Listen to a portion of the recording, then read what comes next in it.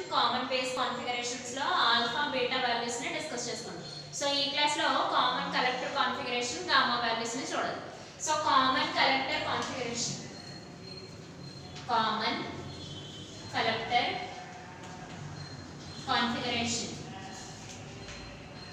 So common collector configuration లో మనం current gain values ని డిస్కస్ చేయాలి. సో కరెంట్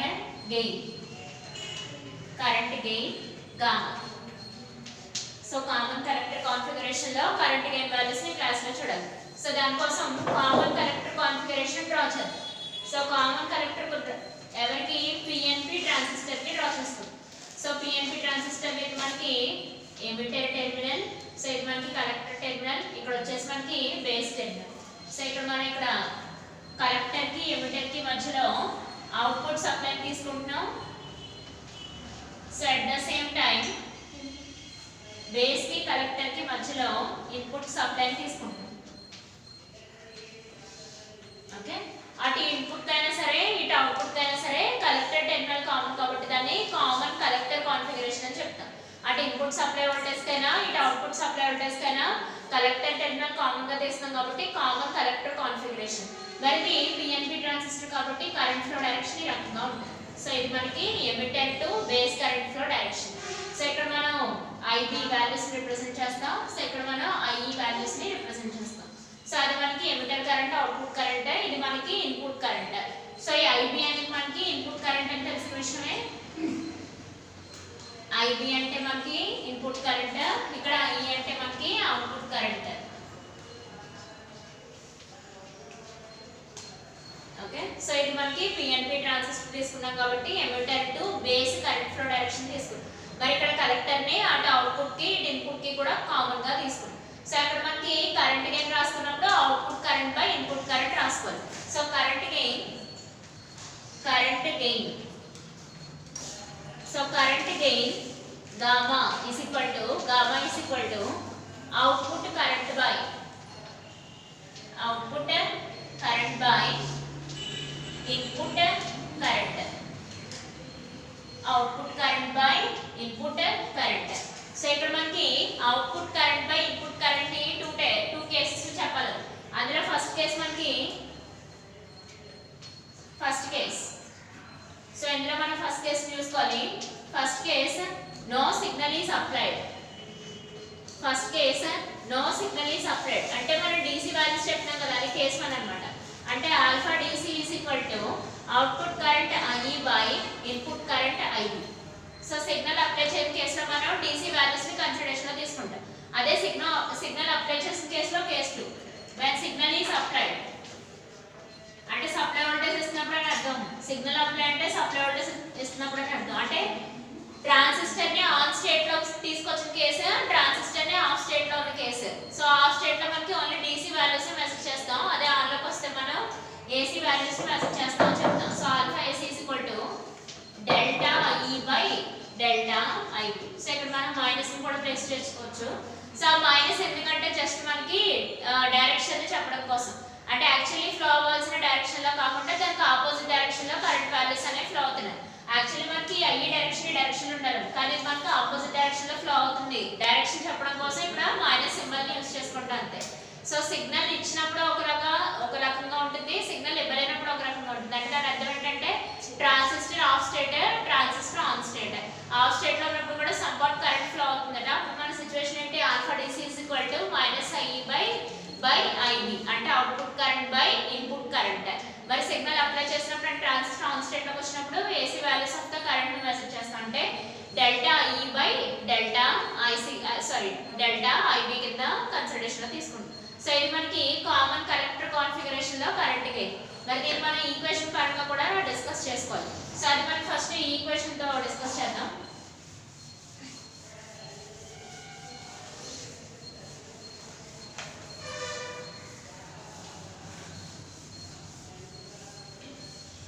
సో ఇది మన ఈక్వేషన్ పరంగా చూసుకున్నట్టయితే IE is equal to IB plus IC అనే విషయం తెలిసింది.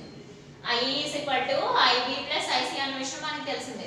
దీని నుంచి ఐబి ఈజ్ ఈక్వల్ టు ఎలా రాసుకోవచ్చు, ఐఈ మైనస్ ఐసి కింద రాసుకోవచ్చు, అవునా కదా. సో ఈక్వేషన్ నుంచి IB is equal to IE minus IC కింద రాసుకోవచ్చు. రాసుకోవచ్చు. సో ఫస్ట్ మోస్ట్ బాగా ఇంపార్టెంట్ అయిన ఈక్వేషన్ ఇదే అని చాలా లాస్ట్ క్లాస్ నుంచి మనం చెప్పుకుంటాం.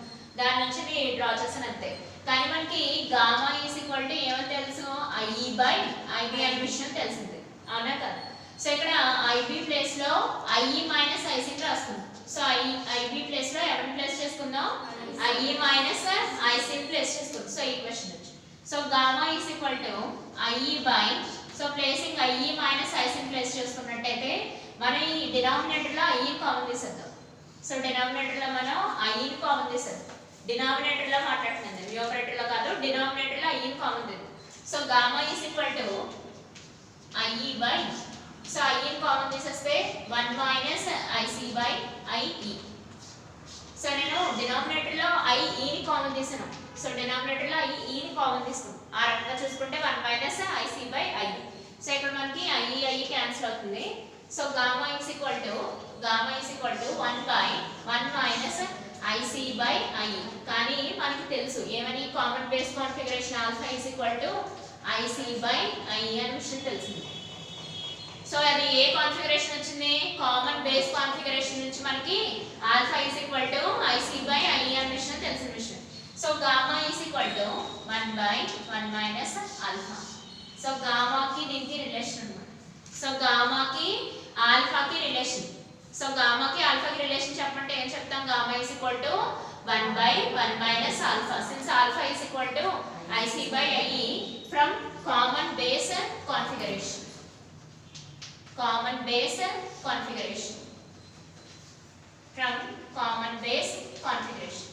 సో కామన్ బేస్ కాన్ఫిగరేషన్ నుంచి మనం ఆల్ఫా వాల్యూస్ ని ఫైండ్ అవుట్ చేసాం.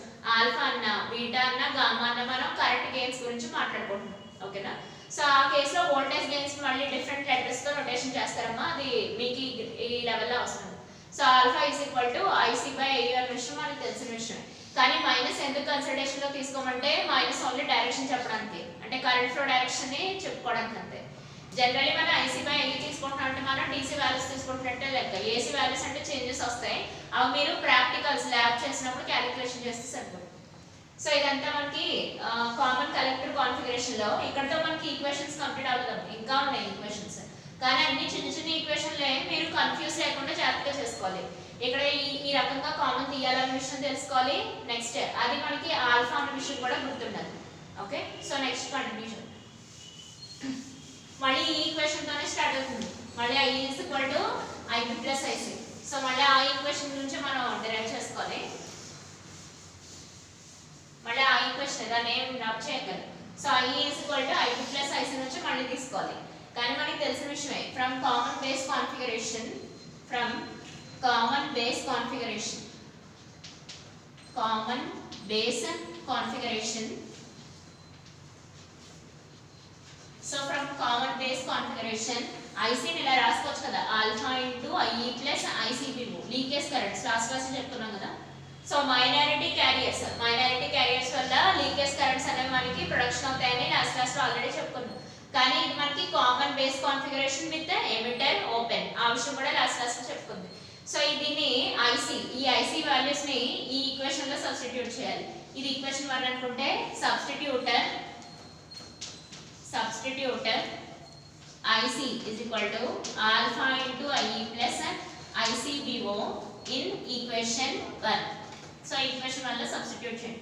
So situation ఏంటి, IE is equal to IB plus IB లాగే ఉంటుంది, దీని మోడిఫికేషన్ ఏముంది, IB plus IC plus లో alpha into IE plus ICBO.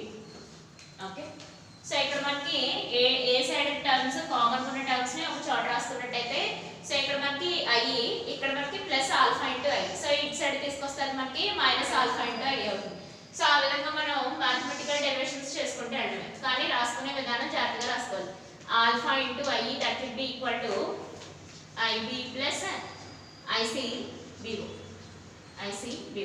So ఇక్కడ మనకి ఐఈ కామన్ తీసుకున్నట్టయితే 1 minus alpha that will be equal to IB plus ICBO.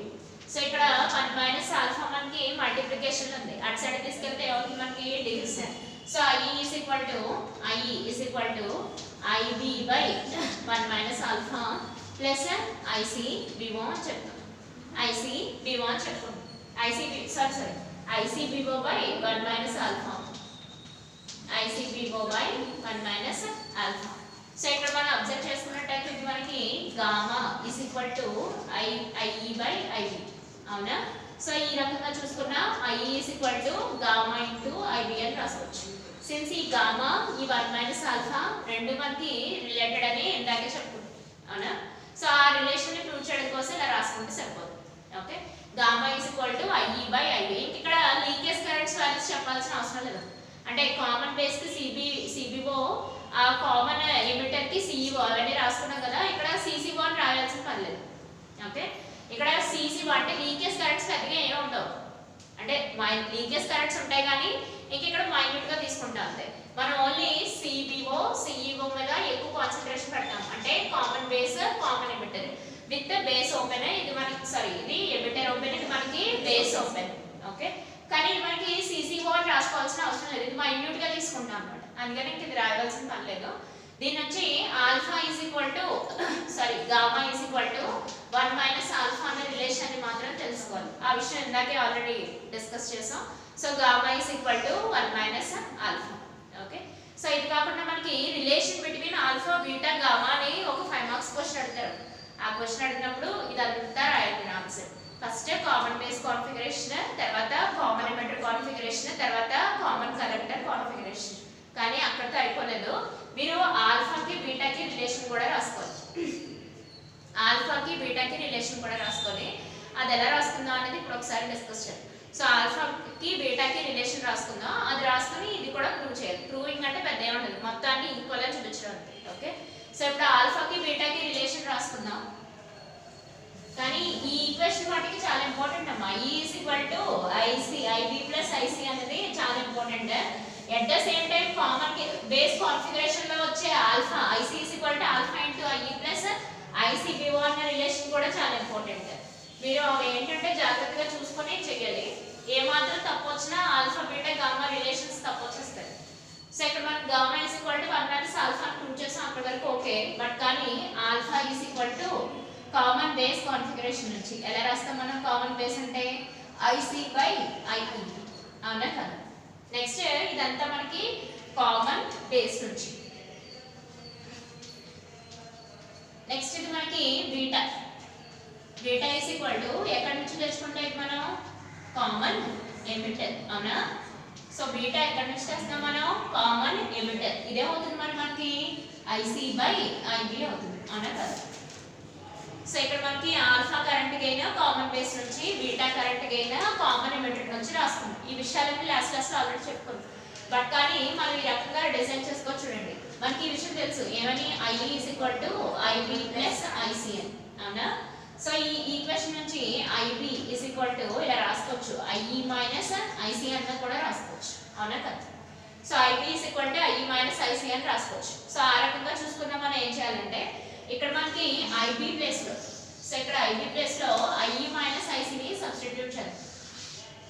So ఇక్కడ beta is equal to IC by, so ఇక్కడ మనకి IB place లో IE minus IC ని substitute చేసుకోవచ్చు.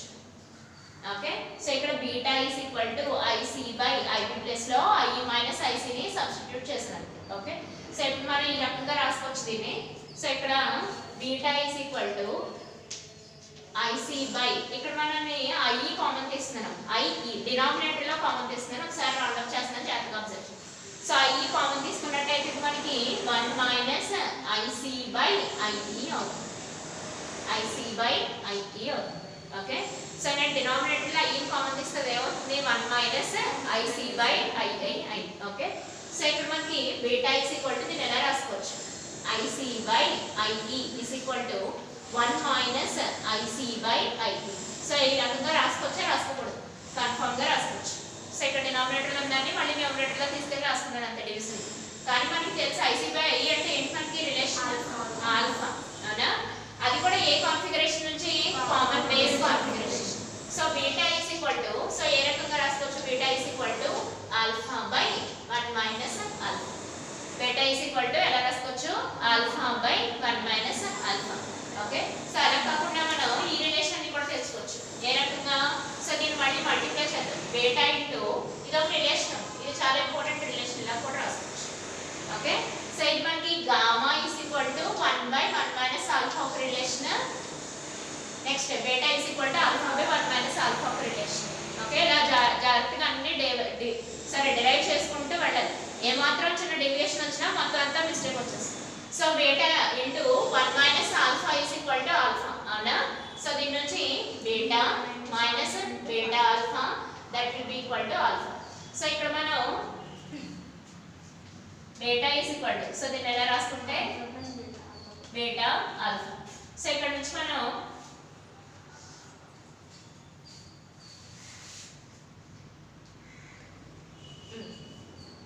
So ఇక్కడ మనం ఆల్ఫాని కామన్ తీద్దాం. Beta is equal to alpha into 1 plus beta. So ఇక్కడ మనం అలా రాసుకున్నట్టయితే alpha is equal to beta by 1 plus beta. So ఈ రిలేషన్ కూడా మనకి ఇంపార్టెంట్. అంటే మనకి ఆల్ఫా బీటా గామా రిలేషన్స్ చెప్పాలి. సో ఇక్కడ మనకి alpha is equal to beta by 1 plus beta. Next beta is equal to alpha by 1 minus alpha. So ఇక్కడ gamma is equal to 1/1 minus alpha. ఆ రకంగా మనం రిలేషన్స్ ని డిజైన్ చేసుకుంటూ వచ్చాం. ఎవరెవరికి? ఆల్ఫాకి, బీటాకి, గామాకి. కానీ దానికోసం మనం కామన్ బేస్ కాన్ఫిగరేషన్స్ ని చెప్పాలి, కామన్ ఎమిటర్ కాన్ఫిగరేషన్ చెప్పాలి, కామన్ కలెక్టర్ కాన్ఫిగరేషన్ చెప్పాలి. దాంతో మనకి లీకేజ్ కరెంట్స్ గురించి కూడా మనం డిస్కస్ చేసుకోవాలి. సో అదంతా మనకి ఆల్ఫా బీటా గామా రిలేషన్స్ గురించి. నెక్స్ట్ మీకు ఇన్పుట్ క్యారెక్టరిస్టిక్స్ అవుట్పుట్ క్యారెక్టరిస్టిక్స్ ఉంటాయి. ఆ ఇన్పుట్ క్యారెక్టరిస్టిక్స్ అవుట్పుట్ క్యారెక్టరిస్టిక్స్ ఏంటంటే మీకు ల్యాబ్ పరంగా బాగా యూస్ అవుతాయి. సో అదేంటంటే మీరు ట్రాన్సిస్టర్ని తీసుకొని ఇన్పుట్ ఎలా తీస్తున్నారు, అవుట్పుట్ ఎలా తీస్తున్నారు, ఏ రకంగా అనేది నెక్స్ట్ క్లాస్లో చూద్దాం. అది కాకుండా మీకు ఇంకా హెచ్ పారామీటర్స్ అని ఉంటాయి, హైబ్రిడ్ పారామీటర్స్ అని ఉంటాయి. సో ఆ విషయం కూడా మనం నెక్స్ట్ క్లాస్లో డిస్కస్ చేసుకుందాం. ఓకే.